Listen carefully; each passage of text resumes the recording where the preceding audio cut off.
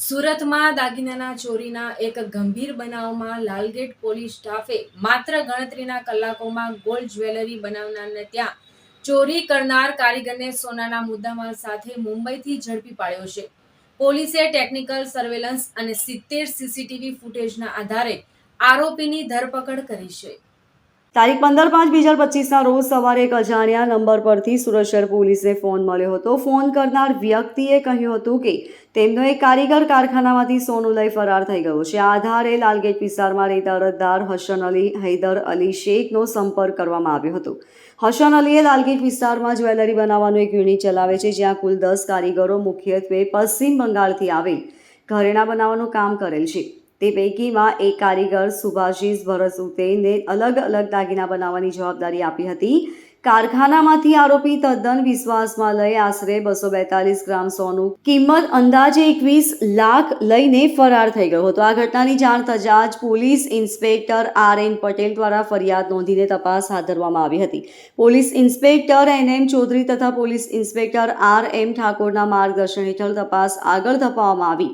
પોલીસની સર્વેલન્સ ટીમે આશરે 70 જેટલા સીસીટીવી કેમેરા ચેક કર્યા અને ટેકનિકલ સર્વેલન્સ દ્વારા આરોપીનું લોકેશન ટ્રેસ કર્યું. તપાસ દરમિયાન જાણવા મળ્યું કે આરોપી સુભાષિસ સુરતમાંથી સીધો ટ્રેન દ્વારા પશ્ચિમ બંગાળ જવા ઈચ્છતો હતો, પરંતુ સીધી ટ્રેન નહીં મળતા તેણે ખાનગી વાહન દ્વારા મુંબઈના વિરાર વિસ્તારમાં આવેલ આદિત્ય રેસિડેન્સી હોટલમાં જઈ રોકાણ કર્યું હતું. આ માહિતીના આધારે લાલગેટ પોલીસે તરત જ એક ટીમ મુંબઈ રવાના કરી અને ત્યાંથી સુભાષિસ હુતેતને દબોચી લીધો. તેની પાસેથી ચોરી કરેલું સમગ્ર સોનાનો મુદ્દામાલ પણ કબજે લેવામાં આવ્યું છે. આરોપી સુભાષિસ છેલ્લા 2 વર્ષથી હસન અલીના કારખાનામાં દાગીનાના ઘડાવણનું મજૂરી કામ કરતો હતો.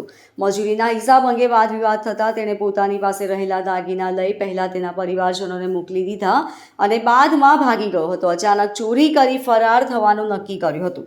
તારીખ 15/5/2025ના રોજ લાલગેટ પોલીસ સ્ટેશન ખાતે એક નોગર ચોરીનો ગુનો દાખલ કરવામાં આવેલો હતો. ગુનાની વિગત એવી હતી કે અરજદાર જે છે હસન અલી હૈદર અલી શેખ, એનું સોનાનું અને ઘરેણાનું કામ હતું.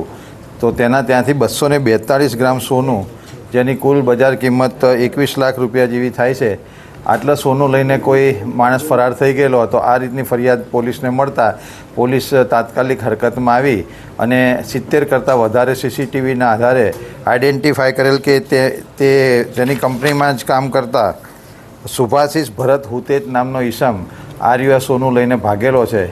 આ જે આરોપી છે તે આ 242 ગ્રામ સોનું લઈને પોતાના મૂળ વતન વેસ્ટ બેંગાલ ખાતે ભાગી રહેલો હોય, પરંતુ પોલીસને આ માહિતી મળતા તાત્કાલિક પોલીસે ગણતરીના કલાકોમાં આરોપીની વિરાર મુંબઈ ખાતેથી ધરપકડ કરેલ છે અને તેના પાસેથી પૂરેપૂરો 100% રિકવરી કરેલ છે.